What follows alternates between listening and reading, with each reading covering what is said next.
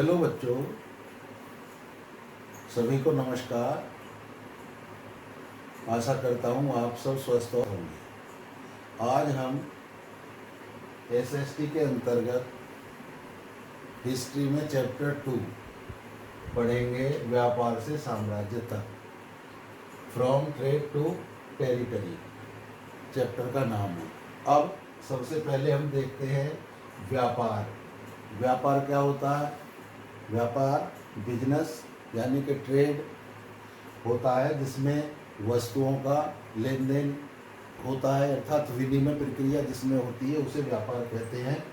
कम पैसे में खरीदना, अधिक पैसे में बेचना, इसे ही व्यापार कहते हैं।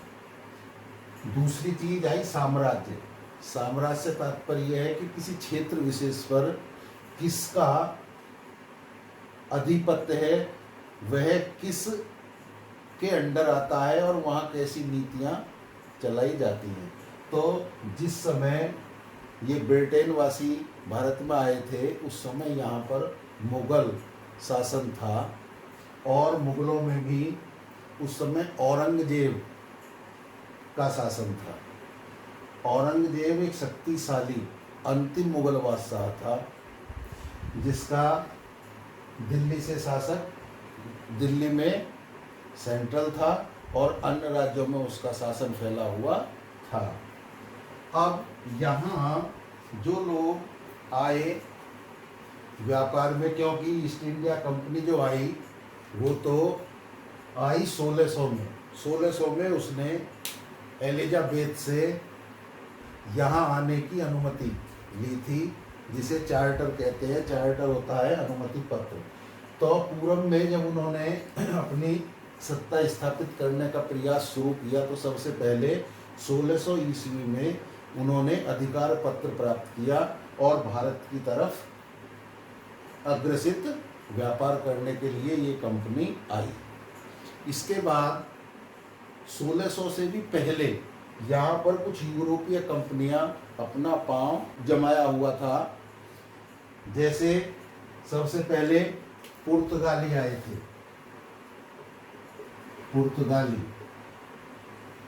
पुर्तगाली जैसे कि आपने पहले सुना है नाम, इसमें वास्को डी गामा।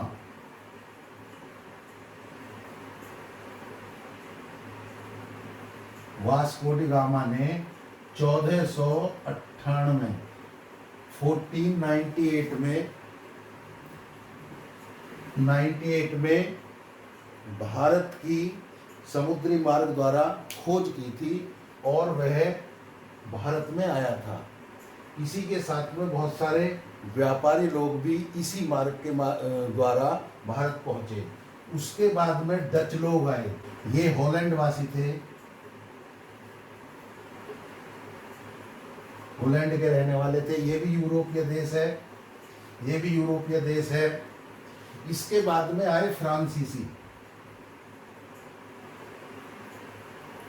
ये भी अपना व्यापार, और उसके बाद में आई ईस्ट इंडिया कंपनी, यानी कि ब्रिटेन से व्यापारी आए। ब्रिटेन वासी भारत की तरफ आए। इन सभी व्यापारियों का भारत में कुछ जो इन्हें दिखाई दे रहा था, वो व्यापार के उद्देश्य से, जैसे भारत का बारीक सूती कपड़ा,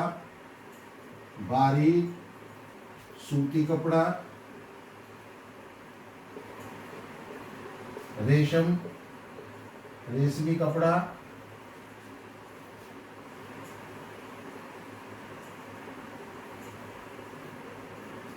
लौंग, इलायची, दालचीनी आदि स्पाइस, जिसे मसाले कहते हैं, इस प्रकार के ये लोग व्यापार करते थे। इस व्यापार से जब ये इतनी सारी कंपनियां हो गई, तो इनमें आपस में प्रतिस्पर्धा स्टार्ट हो गई। अब जब इतनी कंपनियां एक ही चीज की ग्राहक बनने लगी, तो भारत में भी इनकी कीमतें बढ़ने लगी। और कीमत बढ़ने से इनका मुनाफा घटना प्रारंभ हो गया। जब तो इस प्रकार इन लोगों में आपस में ही प्रतिस्पर्धा के कारण द्वंद्व पैदा हो गया। द्वंद्व कहते हैं कि एक दूसरे से ईर्ष्या करने लगे ये लोग। और जब भी एक दूसरे, क्योंकि मार्ग कैसा था, समुद्री मार्ग से ये आए थे और समुद्री मार्ग से ही व्यापार करते थे, तो ये एक दूसरे का हथियारों के बल से जहाज को और लोगों को डुबो देते थे, जिससे उनका नुकसान होता था। क्योंकि कोई भी व्यापारी है वो अपने को ऊपर करने के लिए दूसरे को नुकसान देने की प्रक्रिया या ईर्ष्या ही इसको कहते हैं, जब दूसरे को नुकसान दिया जाता है।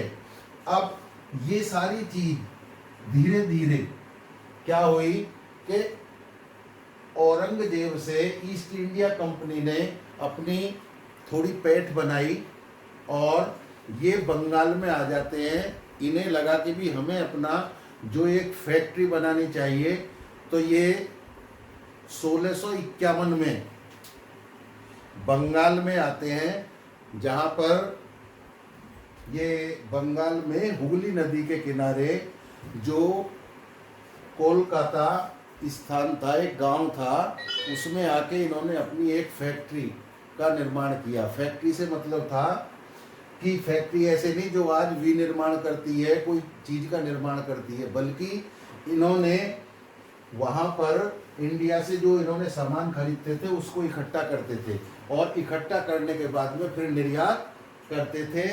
तो इसे वेयर हाउस का नाम दिया गया। जब इस प्रकार की इन्होंने गतिविधि अपनी प्रारंभ कर दी, तो कुछ मुगल शासकों को या वहाँ के नवाबों को पैसा देकर इन्होंने 3 गांव में कार्य करने की अनुमति ले ली। अनुमति लेने के बाद में इन्होंने वहाँ पर किले बनाने प्रारंभ कर दिए, जिनकी अनुमति नहीं थी। अब जब इन्होंने 3 गांव ले लिए और मुक्त व्यापार की भी औरंगजेब से परमिशन ले ली, तो उस मुक्त व्यापार के आड़ में केवल कंपनी को वो मुक्त व्यापार था, ना कि उसके ऑफिसर्स को। तो ऑफिसर्स भी उसमें जो फैक्टर्स थे, फैक्टर्स कहते हैं जो फैक्ट्री में काम करते थे, वे लोग भी उस चीज का फायदा उठाने लगे और उन्होंने भी टैक्स भरने से इनकार कर दिया। तो जो वहाँ के नवाब थे उनका टैक्स काफी कम हो गया।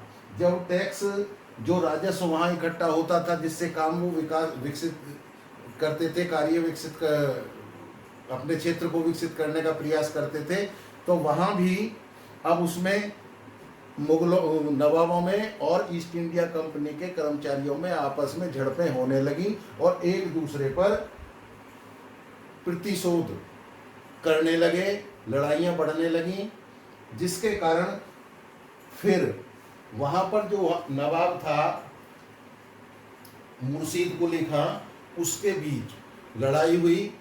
प्लासी का युद्ध से स्टार्ट होता है। फिर प्लासी के युद्ध में जब मुर्शीद कुली खां मारे जाते हैं, तो फिर बंगाल का नवाब जो बनता है वह सिराजुद्दौला बनता है।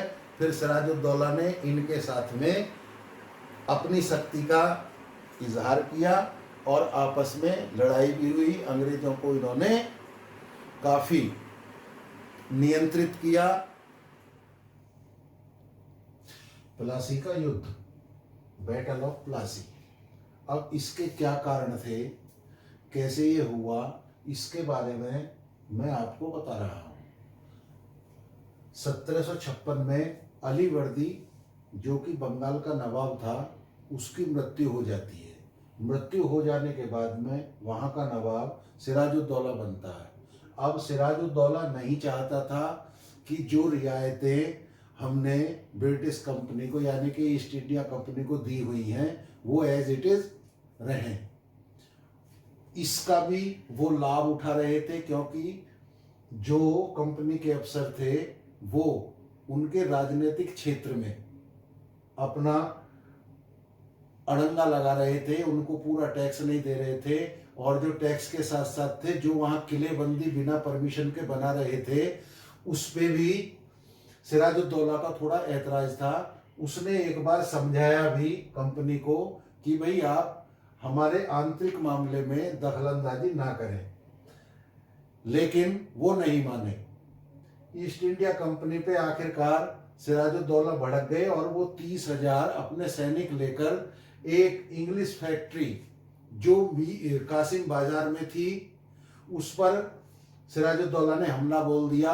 हमला बोल रहे में जो वहां के ऑफिसर थे वे सब बंदी बना लिए और जो उनके गोदाम थे, किले थे, उन पे सब पे कब्जा कर लिया। कब्जा करने के बाद में अब इसी बीच जब इतना कार्य हो चुका तो रॉबर्ट क्लाइव जो मद्रास में एक ईस्ट इंडिया कंपनी का ऑफिसर था, उसे पता लगा, वो वहां से अपनी सेना लेकर बंगाल के लिए रवाना हुआ और सिराजुद्दौला से युद्ध, जो कि एक मद्रास में कंपनी का ऑफिसर था, जब उसको ये पता लगा कि बंगाल हमारे हाथों से निकल जाएगा तो वह अपने सैनिकों को लेकर बंगाल की तरफ रवाना हुआ और 1757 में सिराजुद्दौला के साथ में उन्होंने युद्ध करना प्रारंभ कर दिया, जिसमें सिराजुद्दौला मारा गया। अब उसके हार का कारण उसी का एक सेनापति था मीर जाफर, जिसने उसको धोखा दिया और सिराजुद्दौला के साथ में लड़ाई नहीं लड़ा।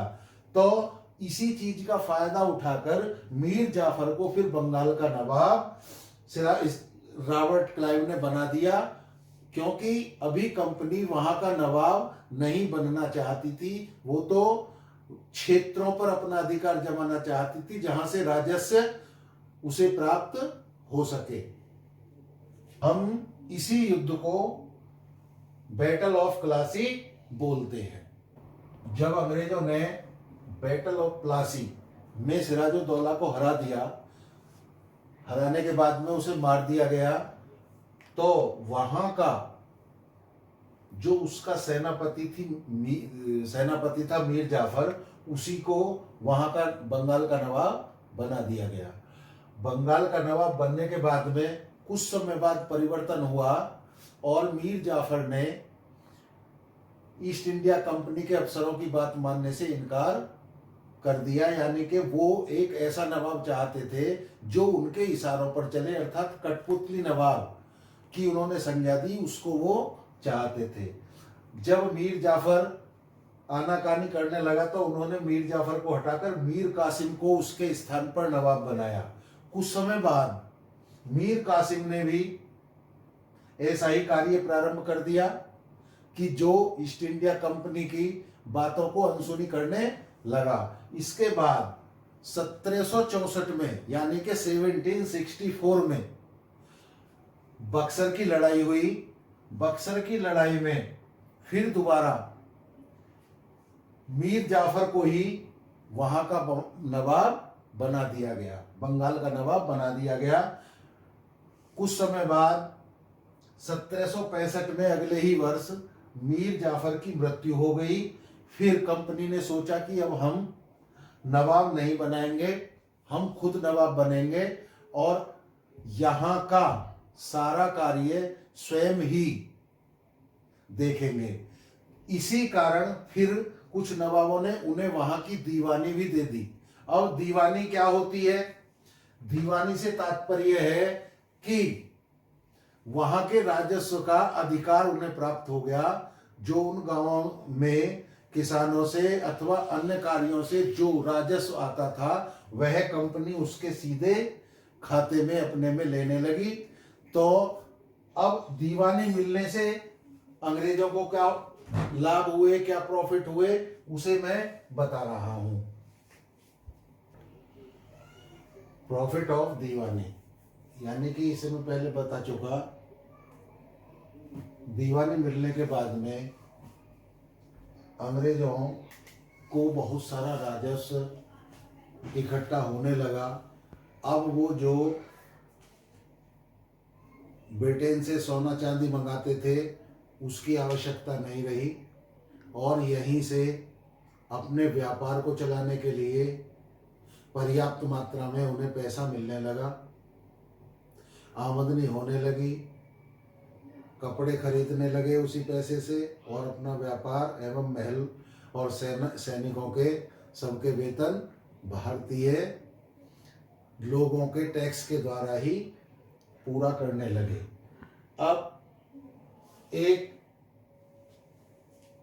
दीवानी के बाद में, जब ये प्लासी के युद्ध के बाद में इनमें आत्मसम्मान या आत्मबल बढ़ गया, तो ये भी अपना नवाबों की तरह जीवन जीना प्रारंभ इन लोगों ने कर दिया, क्योंकि अब तो दीवानी भी मिल गई इनको। तो उसमें एक रॉबर्ट क्लाइव, जो 2 बार मद्रास में पहले और फिर उसके बाद में दोबारा गवर्नर बना, इसने बहुत सारी संपत्ति अपने पास इकट्ठी कर ली थी। संपत्ति को देखकर इंग्लैंड में रॉबर्ट क्लाइव पर मुकदमा चलाया गया, लेकिन मुकदमे में ये बरी हो गए। ये भारत में 1743 में आए और 1774 में इन्होंने आत्महत्या कर ली। कंपनी का फैलता शासन।